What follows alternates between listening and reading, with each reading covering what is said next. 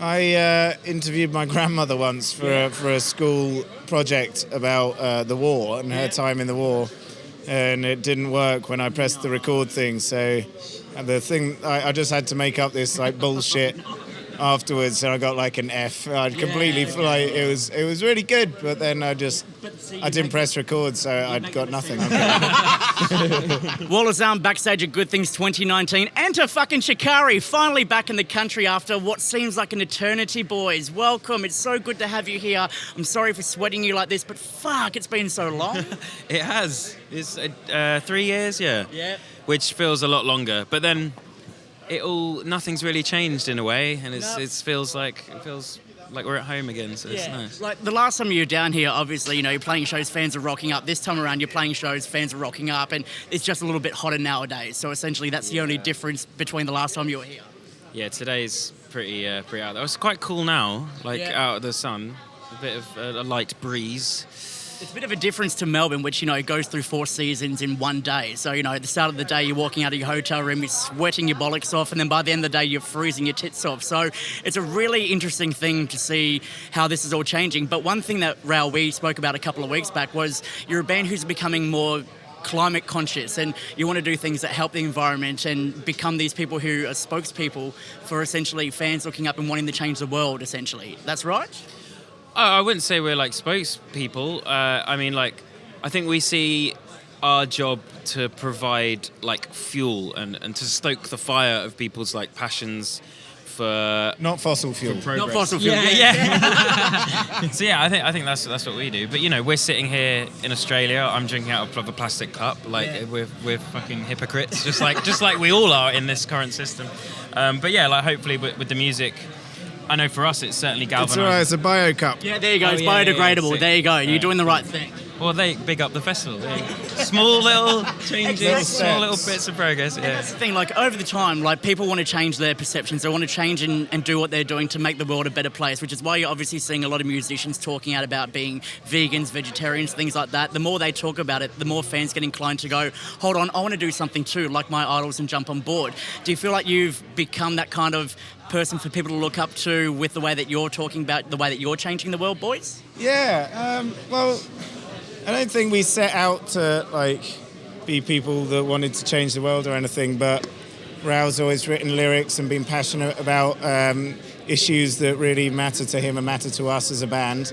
And it's amazing when we've had people come up to us and say, I decided to study this because of your music, and that's put me into this kind of path in life. And so that's incredible for us to see that we've maybe not necessarily, inadvertently, I suppose, because it's not like we're not trying to change people, but when people come up and tell us that our music has inspired them to question things more or research things more or take a particular, I don't know, path is really, we realise, I suppose, the power of our platform. Yeah. And it's quite a big deal for us to hear that. Yeah. And it's this is what I've noticed about you boys over the years. Like, you've become more political and more open about your views and opinions of the world and things like that. So with that said,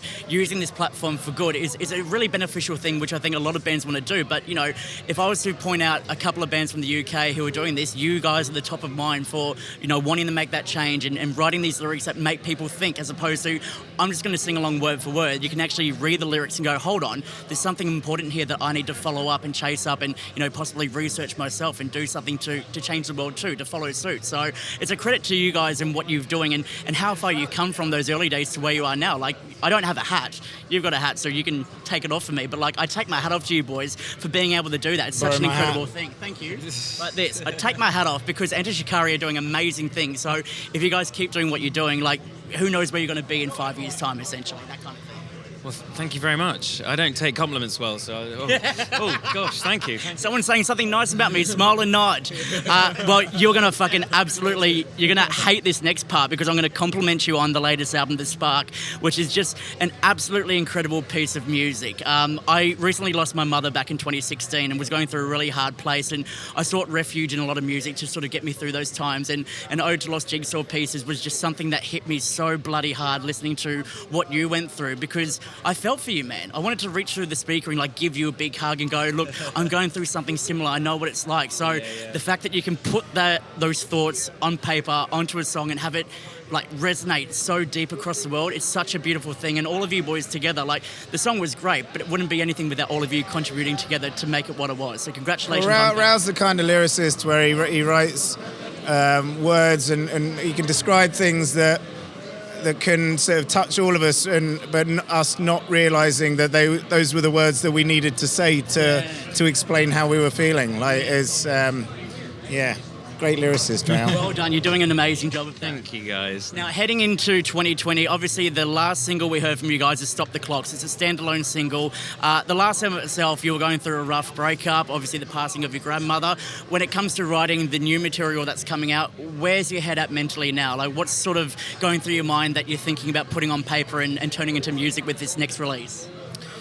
Well, it's very, very different purely because I don't feel particularly compelled to write about something specific. Like, there isn't something going on in my life that's like I have no choice but to write about, which is a really nice sense of freedom because I can actually like think, okay, what should we address? Like, you know, what actually needs to be addressed, and actually have a sense of choice now instead of like I have to write, I have to make art about this. So I think therefore this album's actually going to be quite broad in its lyrical content, in its music as well. Like, we've been saying, like, since we started writing this album, that it's going to be the definitive Shikari record. So like, this is the one that fans go like, oh, you haven't heard of Shikari, check out this. This will have a bit of everything. It's got, you know, stuff that sounds like the first album, it's got stuff that sounds like very recent, it's got stuff that's completely new. So it's going to be very, very broad. We're excited about it. Yeah, I think it's going to be the kind of album that will please old fans and new fans alike. You know, like, there's going to be stuff in there that will get people that perhaps sort of hark back to Take to the Skies and that will get their juices flowing. And there's going to be stuff to, you know, sort of the way we've been moving forward over the past few albums. It's fun for the whole family. Perfect, excellent. Because we're getting to that point now where we're obviously going to see parents bringing their kids to Enter Shikari shows. Because they and have. Maybe parents who met at an Enter Shikari show bringing their 10-year-olds along. And, you know, that kind of shit must be mind-blowing to think about. It's awesome. Like, the amount of amazing, like, couples that we've met that literally, met at shows. In fact, we literally just did a signing and we met someone who got engaged during one of our shows. That's right there in the feel shit right there. That's the kind of change, I mean, you're changing people's lives by getting them involved and creating life through your music. So there you go. Or anything like that. There you go. All right, so we're about to wrap up the interview here, but there's something special I want to do. Parente, who's working the cameras over here, he's a massive Enter Shikari fan, and I'm going to throw him under the bus right now and get him to ask the final question because I'm a dickhead and I like making people feel uncomfortable. So, Parente, get over here. I don't know how to hold a camera, so I'm going to figure this out. I'll hold this in point. Done? All right. I don't know what to ask. Hey, man. Well, you better think of something. Good to meet you guys. No. What's the question is there a question that you wish people would ask more because you, like, want to answer it? You know what? Like, interviews that I really appreciate are when it's obvious that the person giving the interview knows the band, and like, or even if they didn't know the band, that they did their research, and so the questions are sort of well thought out, as opposed to, you know, we get some where the guys are like, oh, okay, next up, who are we interviewing? Enter Shikari. Okay, guys, where'd you get your name? Do you know what I mean? Like, so it's we appreciate that you guys are big fans and obviously know our music in depth, and that always makes for a good interview. Well, on that note, if it's okay with you, I've brought my copy of Dear Future Historians. Would it be cool if I got you to sign it? Is that cool? Awesome, that'd be amazing, man. I'll pass that one to you. All right. That'd be awesome, man. Thank you so much. It's Chunky Sharpie. Do you want me to sign? Yeah. I mean, I didn't write any of the words in it, but that'll work. Also, Tom is maybe one of the best music photographers in the game at the moment. So next time you see him, pass that on. Jess is pretty good too. Not to take anything away. Awesome. Thanks so much, guys. What do I need to say for the wrap up? You've been watching. Well, thanks for joining us at Good Things backstage in Brisbane. Take care of yourselves and each other.